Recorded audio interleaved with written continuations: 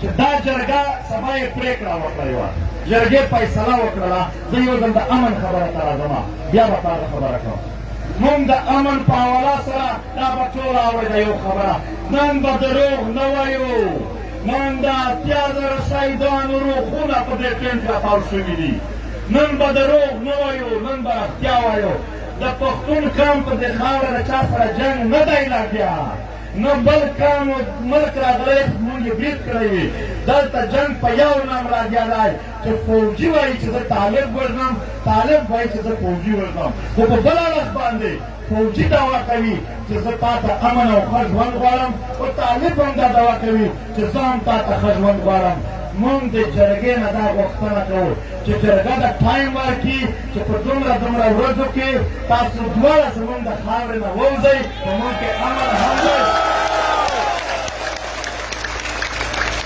په مونږ کې امن هم شته دی، هېڅ رانجې مو نشته، نه یو ملک په مونږ حمله کړې ده، نه مونږ په یو ملک حمله کړې ده. بغیر د یو حملې نه 80,000 شهید شوی یم. لہذا که تاسو ووتلی، که رښتیا زمونږ خیر هم غواړئ، ښه ژوند مو هم غواړئ، زمونږ ښه ژوند دا دی چې فوج او طالبان دا دواړه ته مونږ تجویز پیش کوو قومي جرګې ته چې 80 ورځې ټایم دا ورکړل شي چې په 80 ورځو کې دننه فوج او طالب دواړه زما د خاورې نه ووځي.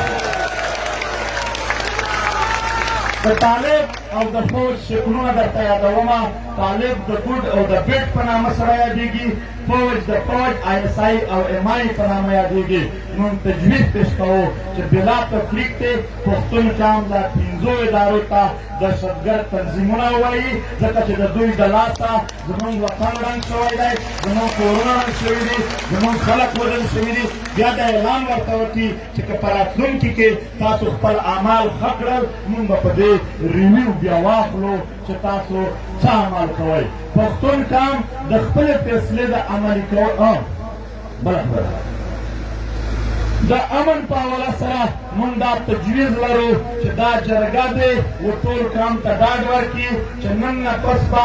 یو پښتون هم هېڅ چا ته بتا نه ورکوي، نه به یې فوج ته ورکوي، نه به یې طالبانو ته ورکوي، نه به یې ورکوي هر یو کاروباري یا هر څه نه چې بتا اخیستلی شي، پښتون قوم به ټول په شریکه ستا سره ولاړ وي، یوازې دې نه پرېږدو. مونږ تجویز ورکوو چې پښتون جرګه دی یو کمیټي جوړه کړي چې د لاپته افراد د شهیدانو او قبضه ځمکې لیست زموږ سره شته دی. د دنیا د عدالتونو نه واخله تر دغې عدالت پره پر اقوام متحده او انټرنیشنل کریمینل کورټ چې کوم دی تر دې پره د دا قوم خپله مقدمه یو کمیټي ورته جوړه کړي او دنیا ته د هم او دلته هر عدالت ته دی په شریکه ټول ګوندونه او قوم پیش کړي چې په دې کې څه کېږي.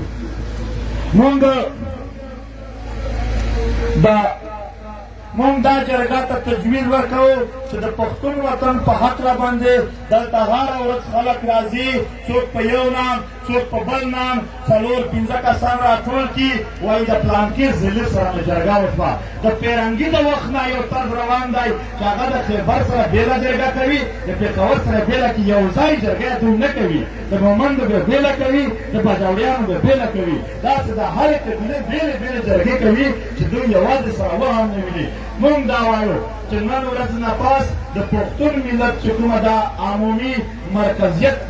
جوړ شي د 80 کسانو د دغه اجازت بغیر که هر چا د چا سره جرګه وکړه دا جرګه د اعلان وکړي چې هغه د پښتون وطن د یو علاقې جرګه نه وي. د وسایلو په هکله باندې مونږ دا خبره کوو چې دا جرګه د اعلان وکړي چې پښتون وطن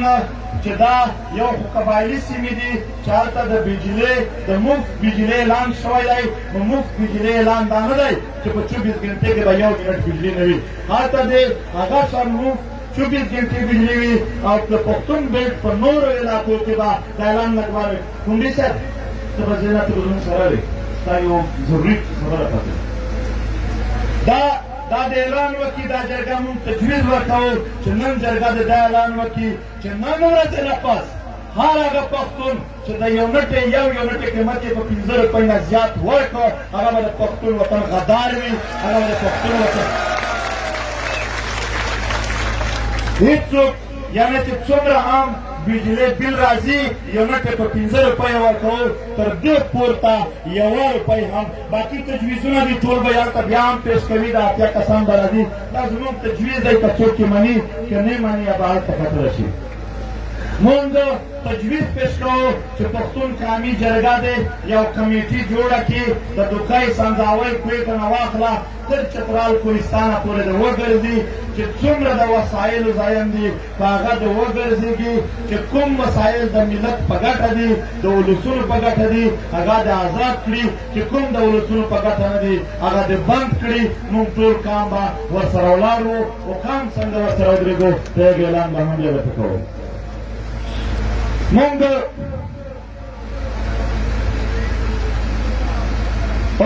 جرګې نه خواست کوو دلته ټول سیاسي ګوندونه ناست دي دلته د امن دپاره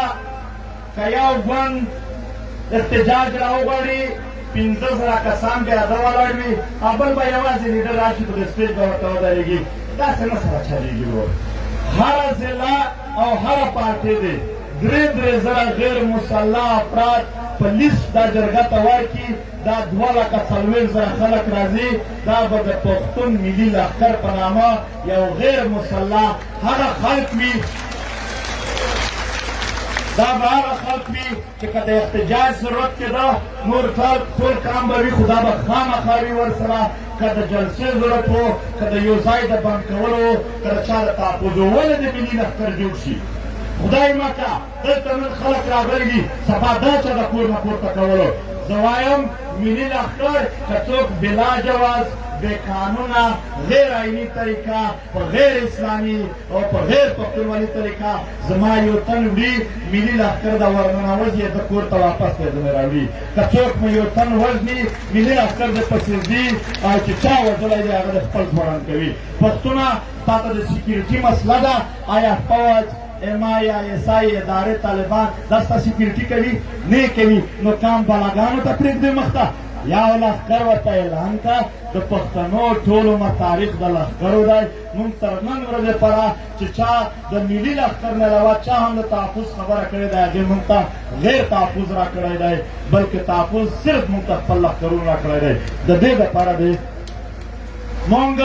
غوښتنه کوو د جرګې نه مطالبه کوو چې یو جرګه د اعلان شي چې څومره قبیلوي شخړې دي په ځمکو باندې د هغې حل دی پښتون کان خپل راوباسي په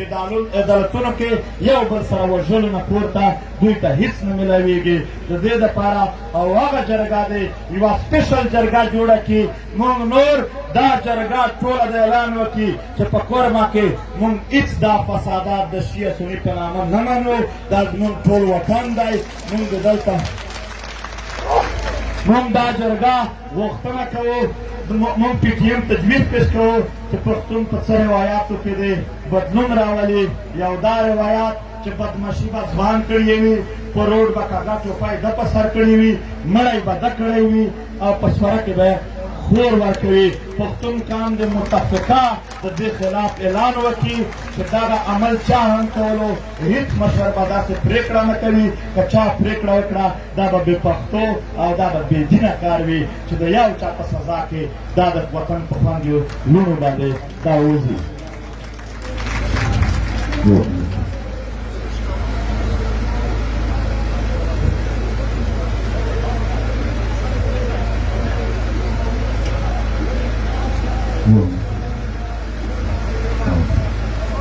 موږ تجویز پیش کوو چې په ډیورنډ لاین څومره د تجارت ګیټونه دي د هغې دپاره د دا جرګه ټیک ټاک پرېکړه وکړي چې دای زما کاروبار او په ګیټ تګ راتګ هغه شان نه مني لکه د فرنګي دور نه چې را روان و زه بیا ده هلته هېڅ قسم و بلې ادارې هم نه منو هېڅ ډیورنډ میورنډ حیثیت نه لري پښتون ته د پښتون په منځ کې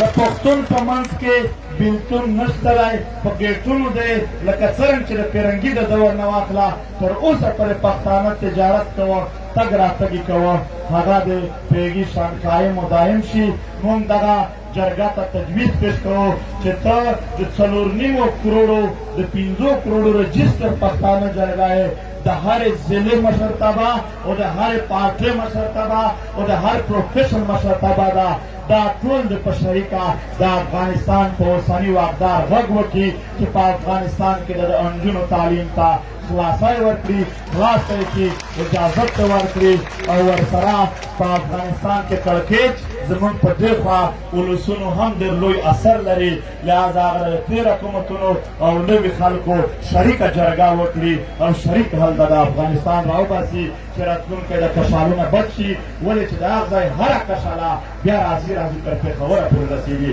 نو دا زمونږ تجویزونه وو په آخر کې یو خبره کومه دلته نماینده خلک ناست یای دا خبره موږ دې ورځې ته صرف غلې کړې وه محترمو زمونږ د تحریک سره ظلم جبر هر شی شروع و وشول موږ برداشت کړي دي